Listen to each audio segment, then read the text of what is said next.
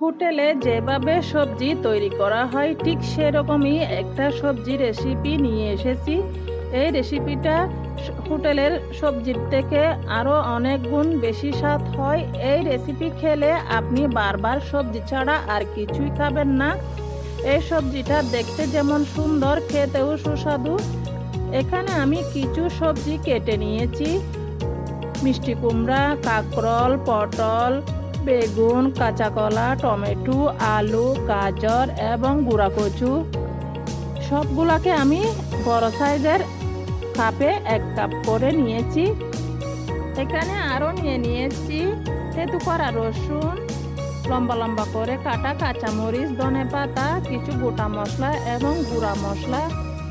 দেখে নিন আপনারা স্ক্রিনে। এখানে হলুদের গুঁড়া, লবণ, গরম মশলার গুঁড়া, মরিচ, জিরা এবং পাঁচফোড়ন, শুকনো মরিচ, তেজপাতা, চিনি, এলাচ, দারুচিনি সবগুলা নিয়ে নিয়েছি। এখানে মাপসহ দেখিয়ে দিচ্ছি। তেল নিয়ে নিয়েছি 1/2 কাপ।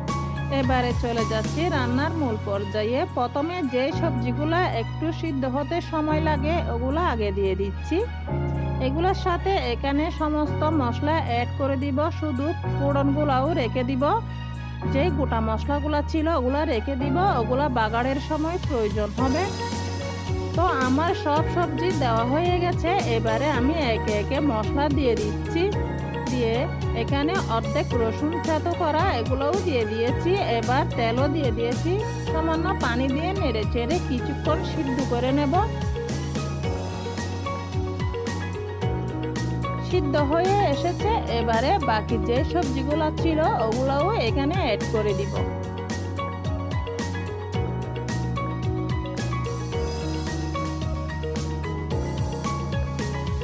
আর একটু পানি দিয়ে নেড়ে চেড়ে মিশিয়ে দেব। সামান্য নেড়ে চেড়ে মিশিয়ে দিয়েছি। এবারে ঢেকে দিয়েছি।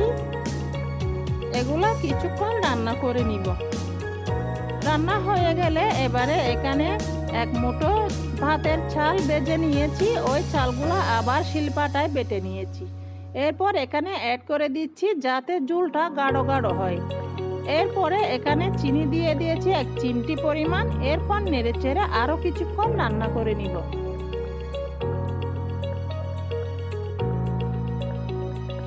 রান্না হয়ে গেছে, আমি নামিয়ে নিয়েছি। এবারে বাগার দিব। এর জন্য আরেকটি পাতিলে তেল নিয়ে নিয়েছি পরিমাণ মতো।